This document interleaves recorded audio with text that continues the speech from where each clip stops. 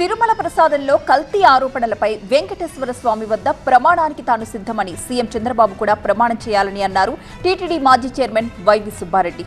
తాను ప్రస్తుతం తిరుపతిలోనే ఉన్నానని, వైవి సుబ్బారెడ్డి వస్తే ఇప్పుడే ప్రమాణానికి సిద్ధమని మంత్రి నారా లోకేష్ కౌంటర్ ఇచ్చారు.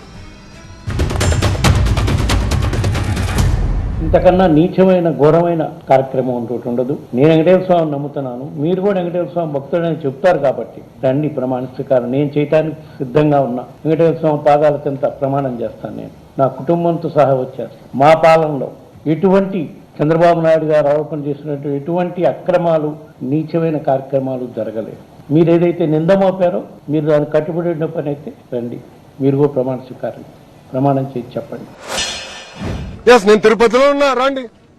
నేను ప్రమాణం చేశాను, నేను సిద్ధంగా ఉన్నా. దాంట్లో ఎలాంటి సందేహం లేదు. ఇంకా రిపోర్ట్లు వచ్చిన తర్వాత మేము ఎందుకు భయపడాలండి? చాలా క్లారిటీగా ఉంది. వైవి సుబ్బారెడ్డి గారు కూడా నేను సూటిగా ప్రశ్నిస్తున్నా.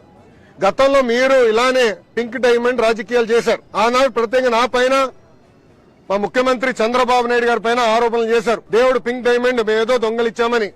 ఏమైంది స్వామి అది? 5 సంవత్సరాలు మీరు ఏం పీకారని అడుగుతున్నా.